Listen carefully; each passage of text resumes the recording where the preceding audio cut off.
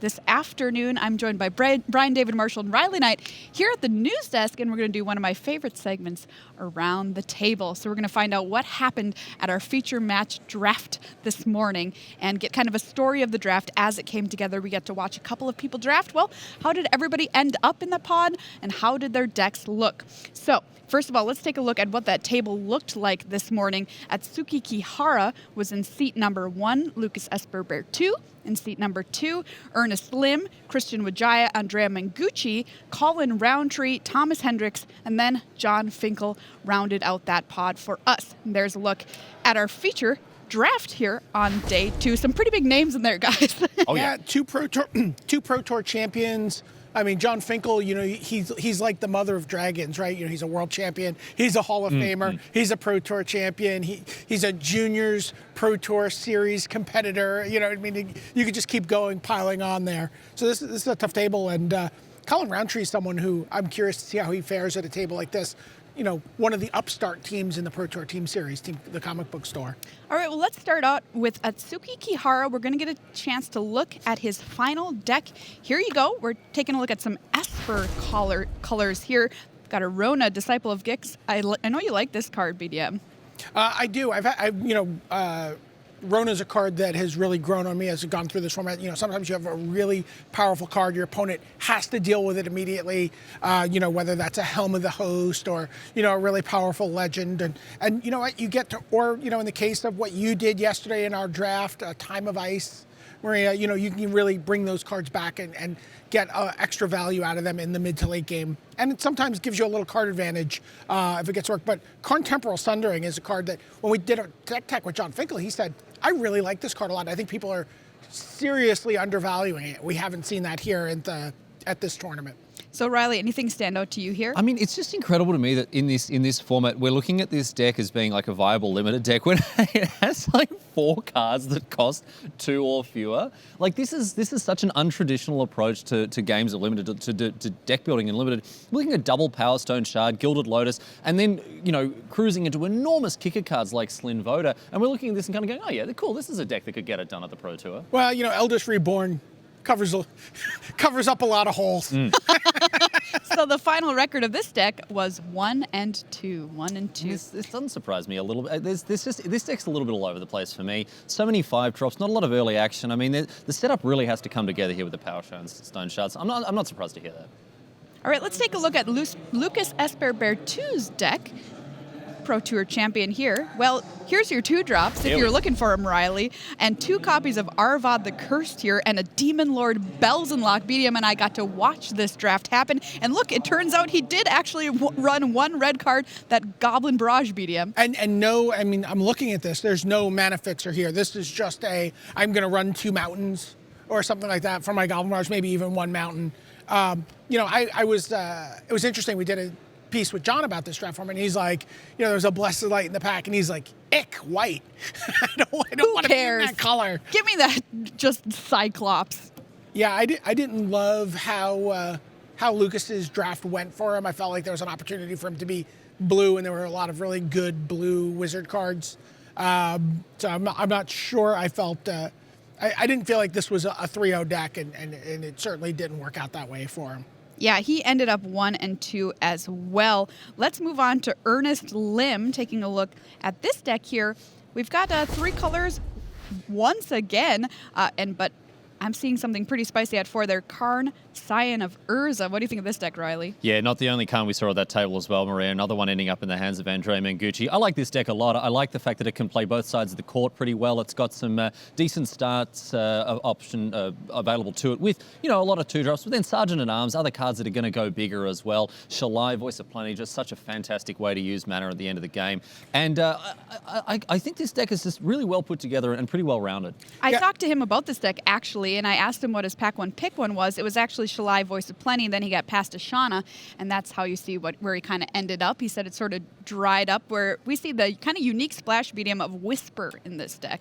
Yeah, Whisper has been a card I really love. I don't necessarily love it in a deck like this, although he does have the Sapperling migration, but that ability to just convert like Skittering Surveyors and random Sapperling tokens that are sort of incidental to the way the game progresses into like your best creature that's been killed, or to get a Shalai back, but that's which is so hard for them to deal with. I look at this list and I'm like, what are you bringing back with this that's really that exciting? I mean, I would rather have a second Mammoth Spider rather than a Whisper if all I'm going to bring back is a Mammoth Spider. Like, I don't disagree with the power level of the card. I'm not sure that this is the ideal, Whisper deck at all. He does have that Skittering Surveyor that makes it a little easier to splash. Two Skittering Surveyors.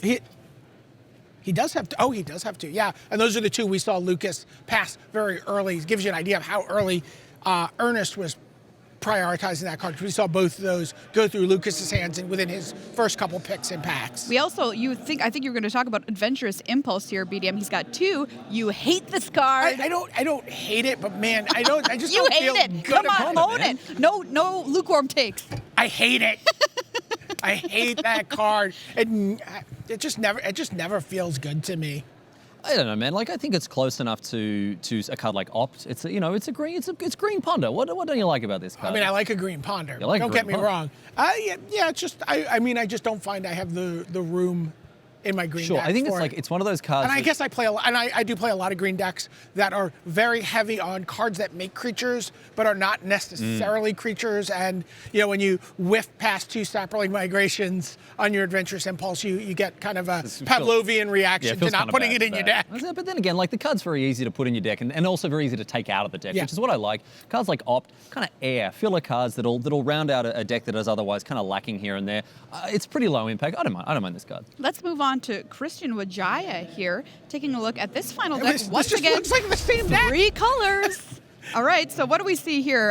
Riley, what is standing out to you first glance? Well, first of all, when I look at this, obviously we're much heavier on the black and the black and green, with the white splash there like this. But this deck looks in a really good position to take advantage of something like Shanahy with Sisei's Legacy, double Sapperling Migration, other ways to put multiple permanents onto the battlefield with a single card. And then Ajora's Familiar is a weird inclusion in a deck where it's not really doing a whole lot of work in making, a couple of artifacts cheaper. But this is just another, again, a middle-of-the-pack, solid mid-range limited deck, I think. So, BDM, the splash here, Daring Archaeologist and Blessed Light. So, you talked to John Finkel earlier, who seemed pretty low on Blessed Light. Well, he wasn't necessarily. He said Blessed Light was obviously the best card in his opening pack, and I'm not sure where this was in relationship to John. But he said White was weak. I think this is probably the kind of situation where you want to see a card like Blessed Light. You don't want to be a White deck.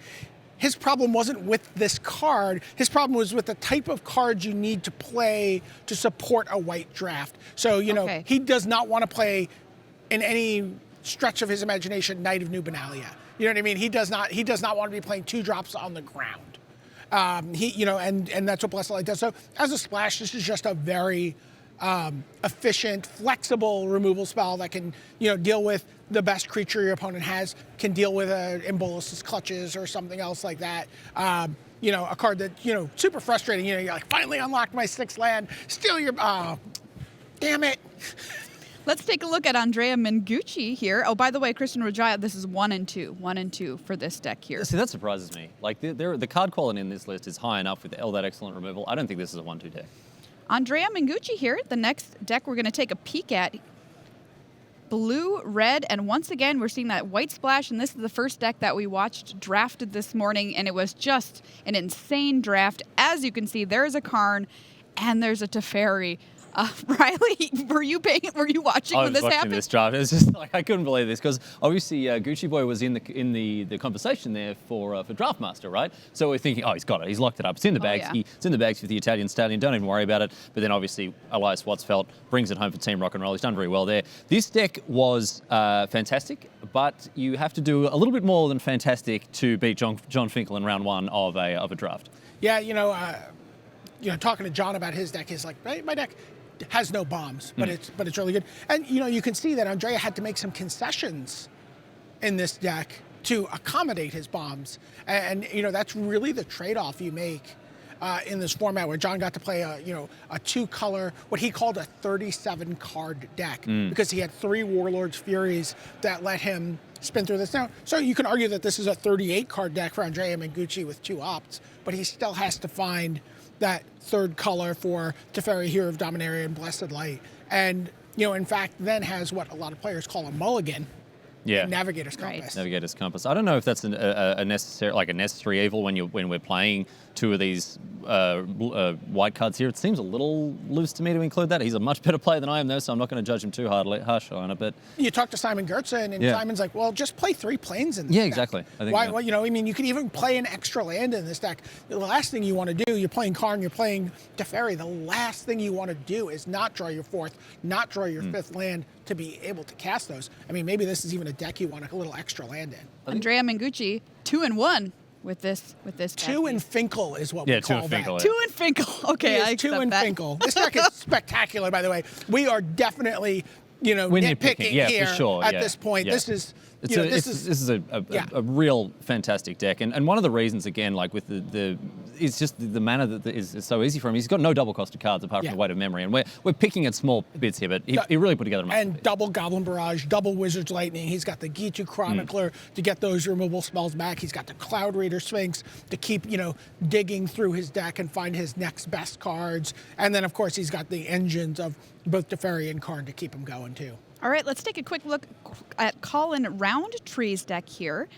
Black, white, red, so some Mardu action. Garden of the Bloodflame, Ariel, Knight of Windgrace. Oh, yeah. All right, how do you like this deck, Riley? I love this deck. She's got my precious lady in there, Ariel, Knight of Windgrace, all about that card. She is just so powerful.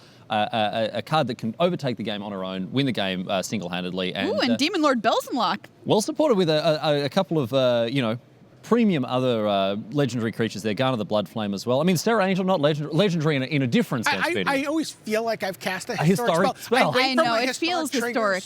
Yeah, but I just want to, a couple of people asked me, is there a promo card they give out at the Pro Tour? Is there anything special? And yes, every single person who sat down to draft got a Goblin Barrage. Yeah, seems to be the case, huh? Yeah.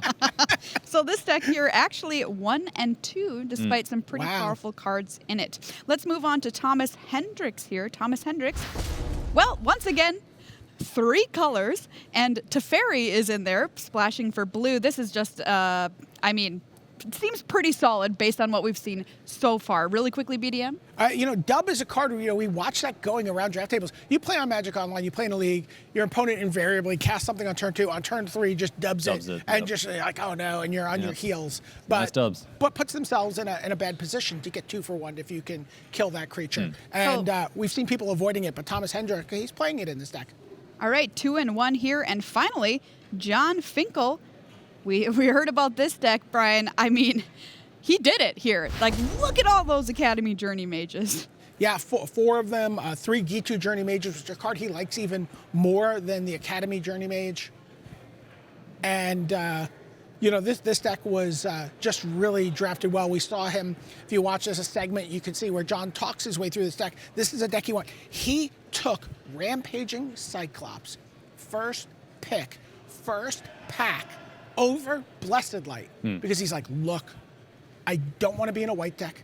I want to be in a blue-red deck. This card is not as good as that card, but it is a very good card. It does the things I want it to do, and it gives me a way to get into this deck. And that's how you force things really in a draft. We talk about forcing and its sort of viability as a way to approach a draft, and generally it's not something that you suggest because there are generally good enough cards that you can put together some sort of mid-range clunker that's going to get you across the line. But Finkel has sat down here with a very clear vision of what he wanted to do in this draft, and he executed that strategy marvelously. Obviously, the cards had to come around for him to do that, but the payoff is very, very real. I also thought it was interesting that John went red card, red card, red card, and then blue, blue, blue card in the sense of that blue, blue, blue card was Tempest Djinn with his 4th pick. And he's like, yeah, well, obviously playing that. And he had no concerns about the mana for it. He's like, I don't, maybe I'll play 9 mountains. Islands. Maybe I'll play 8 islands. I don't care. The card is so powerful and so good that I'm going to be able to get that into play and be able to use that as my way to close out the game. And we saw Mengucci waste removal on some other creatures against John, and John's like, okay, well, now here's my 4 toughness creature now that your Goblin Barrages are gone. John Finkel, 2 and 1, so no 3 and 0 at this table. But also no 0 and 3. All right, thank you so much, BDM and Riley Knight, for a look around the table.